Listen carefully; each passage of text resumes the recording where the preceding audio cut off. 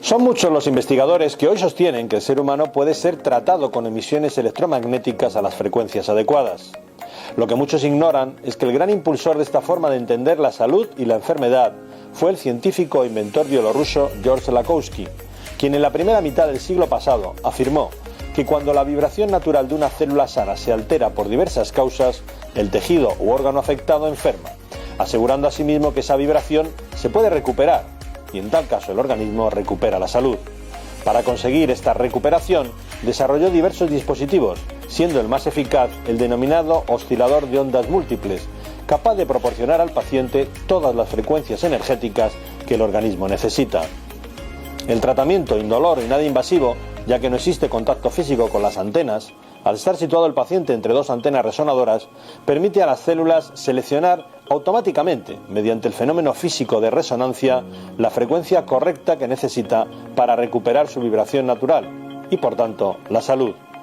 El oscilador de ondas múltiples fue utilizado durante décadas en diferentes hospitales de París y otros centros internacionales antes de la Segunda Guerra Mundial, y una amplia serie de publicaciones científicas, testimonios clínicos y certificaciones confirman sus positivos resultados, incluso en patologías tan complejas como el cáncer. Tras el conflicto, hubo que esperar a finales del siglo XX para que sus ideas y dispositivos fueran recuperados, y una nueva corriente terapéutica denominada bioresonancia comenzara a surgir entre médicos e investigadores. Entonces, ¿en qué consiste el fenómeno de la oscilación celular? Lakhovsky consideró que la célula es un emisor y receptor de radiofrecuencias. Su gran aportación fue eso, comparar la célula con un circuito oscilante. Y cada una de las organelas que tiene una célula, por ejemplo las mitocondrias, el retículo endoplasmático, cada uno de ellos son pequeños circuitos oscilantes que dan un conjunto global que es el circuito oscilante celular. Entonces, a partir de ahí, a partir de este concepto, estableció que la enfermedad se producía por un desequilibrio oscilatorio celular y la curación podría venir por consecuencia por restablecer el equilibrio oscilatorio fisiológico, el equilibrio oscilatorio normal. Por tanto, el curar no sería tanto atacar a la célula, sino volver a que la célula tuviera su equilibrio, tuviera su frecuencia característica. Si de hablar entonces de frecuencia característica de una célula, ¿cómo se puede entonces recuperar? La célula puede verse alterada por múltiples cosas, es decir, la frecuencia propia de resonancia se puede alterar por microorganismos, por cuestiones atmosféricas, por cuestiones psicológicas, por miles de causas, pero todas esas miles de causas generan una causa común, que es la variación de la frecuencia de resonancia. Entonces, para curar, lo que George Lakhovsky desarrolló es un equipo que restablecía la frecuencia de resonancia celular. Era el radiocélulo oscilador de Lakhovsky. Ponía a la persona entre unos circuitos oscilantes, un lado y otro, en el medio colocaba a la persona y la persona era sometida a una radiación de alta frecuencia, una radiación de gigahercios, y esa frecuencia restablecía el normal fisiologismo celular y la normal vibración celular.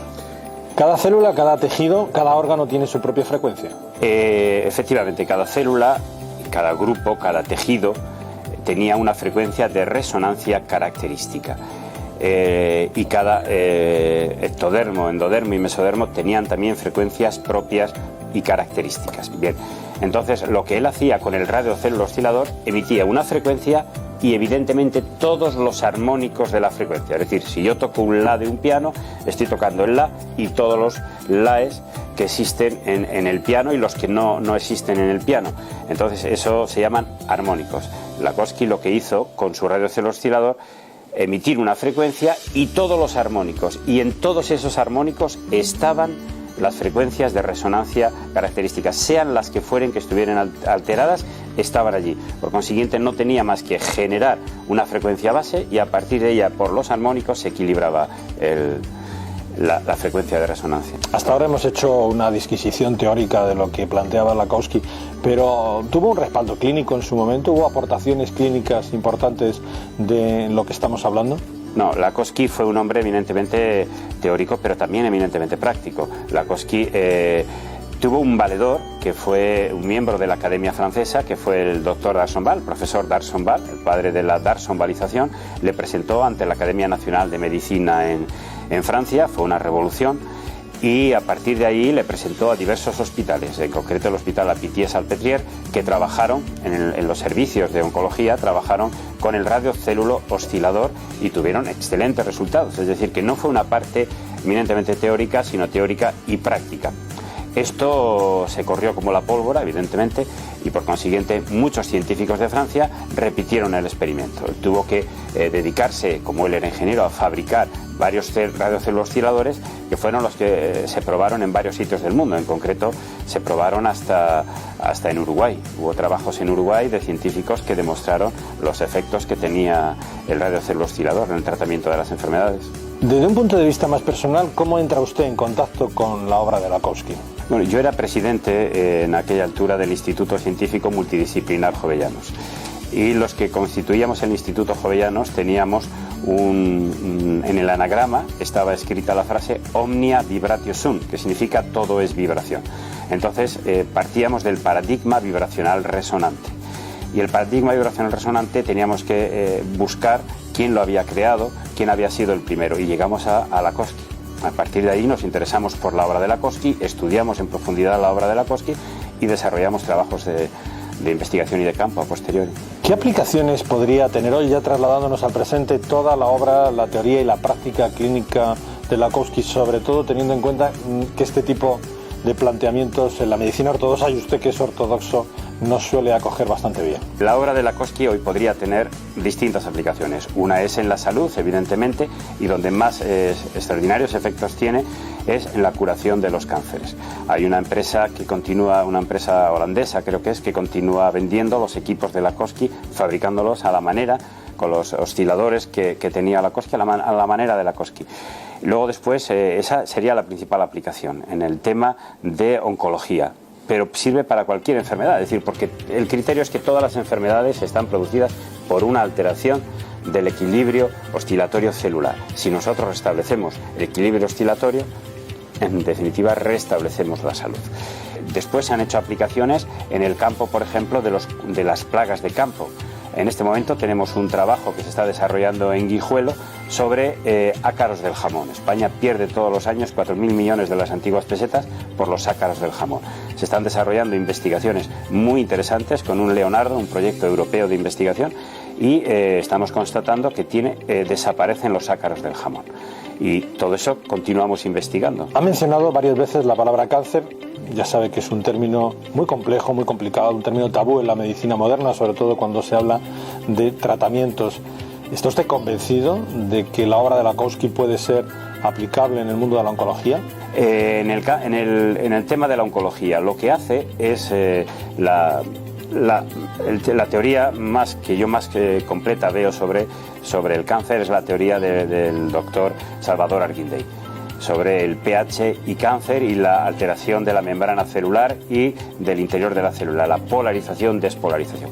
Con el equipo, con el radiocélulo oscilador, lo que hacemos es de nuevo polarizar la célula. Es decir, en realidad, dar la vibración característica de la célula es polarizarla y hacer que esté la célula en su equilibrio fisiológico, que es lo que propone Salvador Arguindey con sus teorías. Bueno, pues con el radiocélulo oscilador de Lakowski se consigue eso, que la célula vibre y por consiguiente llega a estar en equilibrio. Doctor, ¿qué otras aplicaciones podría tener hoy la tecnología de Lakowski? Bueno, pues yo le agradezco que me haga esta pregunta porque es en lo que yo estoy trabajando en la actualidad.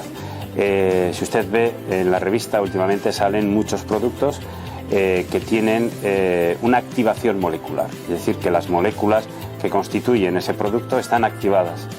Bien, pues yo estoy activando con el radiocélulo oscilador de Lakowski productos, por ejemplo, para tratamiento de psoriasis. Existe una crema que es Psoriafin, que tiene unos efectos extraordinarios en la curación de la psoriasis, y digo bien, curación de la psoriasis, porque está tratada con el radiocélulo oscilador, pero también tenemos productos, cremas cosméticas para el acné, para el dolor, porque lo que hemos encontrado es la frecuencia característica de la psoriasis, la frecuencia característica del acné, la frecuencia característica de estas frecuencias, porque antes se me ha olvidado incluirle entre los precursores Royan Raymond Rife.